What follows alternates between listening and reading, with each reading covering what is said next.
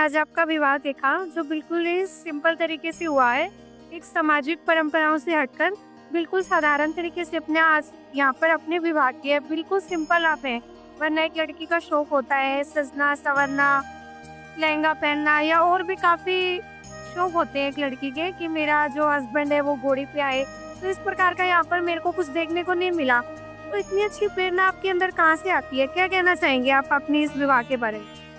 देखिए जी, हम संत रामपाल जी महाराज के अनुयायी हैं और वो हमें सनातन धर्म फॉलो करवाते हैं। और सनातन धर्म के अनुसार जो शादियां होती है वो बहुत सिंपल तरीके से होती हैं। दहेज मुक्त विवाह होता है और ये हमारा मिशन भी चल रहा है, दहेज मुक्त विवाह, जिसमें जो लड़की के माँ बाप होते हैं उनको कुछ ज़्यादा ही मतलब दहेज वगैरह के लिए बहुत तंग रहना पड़ता है। तो यहाँ पे हमारी शादी होती है दहेज मुक्त, जिसमें 1 रुपया भी नहीं लगता है। तो ये मम्मी पापा के लिए भी बहुत अच्छी बात है। लेकिन जो बड़ी बात ये है कि जो संत रामपाल जी महाराज हैं वो सनातन धर्म को फॉलो करवाते हैं और उसके अकॉर्डिंग विवाह जो होता है वो बहुत सिंपल तरीके से होता है। उसके लिए ये डीजे बारात और ये सब कोई कंपल्सन नहीं। Ma'am thank you. तो देखा आपने, इन्होंने बताया कि संत रामपाल जी महाराज जी हमें प्रेरणा देते हैं इस प्रकार का सादगी तरीके से विवाह कराने का। कुछ और जोड़े मेरे साथ मौजूद हैं, उनसे भी बात करते हैं और जानते हैं इनके क्या विचार हैं संत रामपाल जी महाराज के बारे में। सर नमस्कार। बहुत ही साधारण तरीके से आज आपने विवाह किया है अपना संत रामपाल जी महाराज जी के आदेश अनुसार। तो क्या कहना चाहेंगे इस विवाह को लेकर?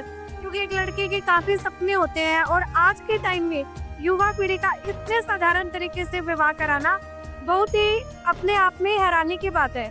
तो क्या कहना चाहेंगे सर, आप इतनी अच्छी प्रेरणा आपके अंदर कहाँ से आई? जी, मैंने संत रामपाल जी महाराज से नाम दीक्षा ली थी। तो उनके जो नियम और जो वो भक्ति मार्ग जो बताते हैं उसके अनुसार देखा जाए तो ये पारंपरिक जो जगत के जितने भी लोग हैं वो अपने आडंबर से भक्ति करते हैं और ये जो भी पूजा वूजा होती है और उसी हिसाब से मनमाना आचरण करके अपने शादी करते हैं। अब हमारे गुरुजी ने संत रामपाल जी महाराज ने आप बताया है कि सिंपल वे में कैसे शादी की जाए और दहेज ना लेना है ना देना है।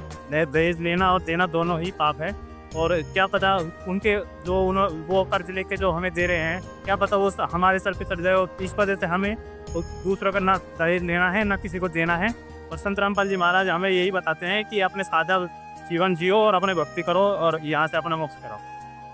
सर एक सवाल और पूछना चाहूंगी आपसे, जैसे कि सामाजिक परंपराओं से हटकर ये आप बिल्कुल साधारण तरीके से विवाह कर रहे हैं, ये करना उचित है क्या? क्योंकि ना तो हमने देखा यहाँ पर कोई फेरे हुए, ना कोई देवी देवताओं की पूजा हुई, ना किसी प्रकार का कुछ भी हमें यहाँ पर देखने को नहीं मिला। तो ये विवाह बिल्कुल हटकर करना उचित है क्या?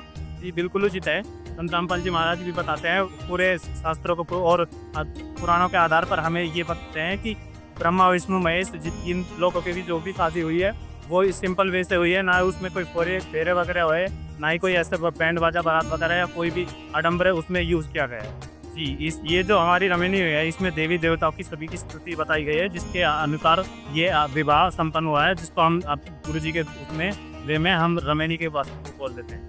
सर देखिए, जो यहाँ पर विवाह संपूर्ण हुआ है उन जोड़ों के माता पिता मेरे साथ बने हैं, उनसे भी बात करेंगे और जानेंगे कि आज उन्होंने अपने बच्चों का बहुत ही साधारण तरीके से विवाह कराया कि उनको ये विवाह कराकर कैसा लगा और आज उनके संत रामपाल जी महाराज के बारे में क्या विचार है। सर नमस्कार। नमस्कार जी। सर आपने देखा आपने अपनी बेटी के बहुत ही साधारण तरीके से आज यहाँ पर विवाह किया। एक बेटी के पिता होने के नाते पिता को बेटी के पैदा होते ही टेंशन स्टार्ट हो जाती है, घर में बेटी आई है और उसके मतलब शादी की चिंता हो जाती है, दहेज देना और भी काफी समस्याएं जो शादी को लेकर एक पिता के सामने आती हैं। आज आपने बहुत ही साधारण तरीके से बिना उसी किसी समस्याओं को फेस करते अपनी बेटी की शादी की है। तो संत रामपाल जी महाराज के बारे में आपके क्या विचार हैं और ये विवाह कराकर आज आप कैसा महसूस कर रहे हैं और एक पिता होने के नाते और बेटी के पिताओं को आप क्या मैसेज देना चाहेंगे? ऐसा जी, हमारे गुरुजी दहेज मुक्त भारत और नशा मुक्त भारत करने की हमारे गुरुजियों ने मतलब ठान रखी है बिल्कुल। और जो हमारे गुरुजियों से संत रामपाल जी महाराज से जितने भी शिष्य हैं, वो चाहे अरबपति हो और चाहे रिक्शा चालक हो, वो हमारे गुरुजियों की दी हुई शिक्षा के ऊपर ही चलते हैं।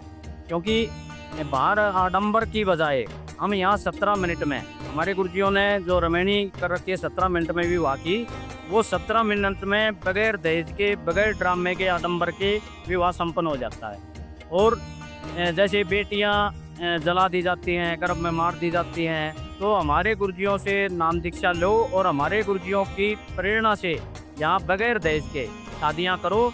और अपनी बेटी को, आज मुझे इतना अच्छा लग रहा है कि हमारे गुरुजियों ने, वो कहते हैं ना, देसी कहावत है जी, हल्दी लगी ना पटकड़ी, 17 मिनट में बगैर दहेज के इतना अच्छा। हमारे रिश्तेदार भी आए हुए हैं, हमारे साथी भी आए हुए हैं, और हमारे गांव से भी आए हुए हैं, भाई बंद भी आए हुए हैं। आज उनकी भी आंखें खुल गई हैं कि ऐसे बगैर दहेज के शादियाँ कैसे हो रही है, हमारे गुरुजी कैसे पहल कर रहे हैं ये।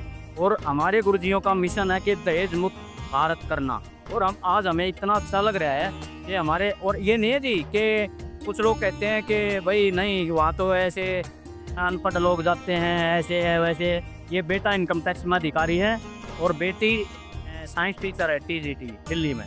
तो ऐसे मतलब ऐसे बच्चे भी हमारे गुरुजियों से जो जुड़े हुए हैं, वो ऐसे ही ये बच्चे हमारे बहुत खुश हैं।